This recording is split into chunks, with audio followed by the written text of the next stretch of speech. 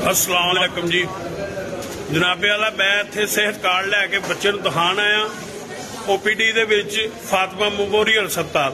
यह मेरा कार्ड है जरा मैं तफसील नाल तुहानूं दिखावांगा।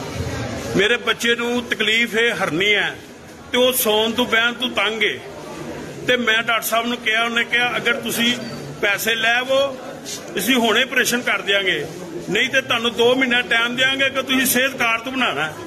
इमरान साहब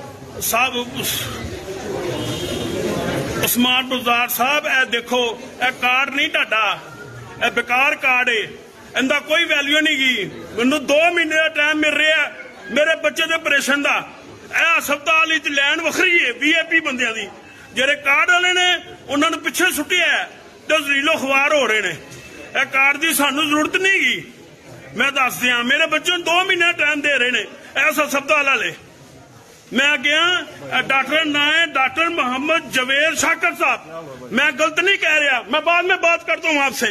मैं तंग हूँ, मैं तंग। तमाशा लगेगा बेटा जब ये कार्ड की वैल्यू नहीं है हमें क्यों दे रहे हैं। वो 2 माह का टाइम दे, मैं बात कर रहा हूँ ना, मैं बाद में ये मैं आपको ये कार्ड की वैल्यू बता रहा हूँ। इस वैल्यू क्या है मेरे पास। ये जवेद शाकर साहब ने 2 माह का टाइम दिया हरनिया के ऑपरेशन का।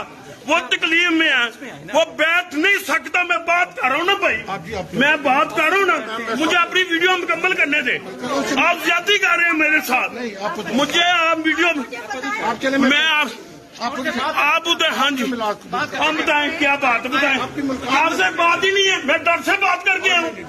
मैं डॉक्टर साहब के बच्चों को दिखाने दे।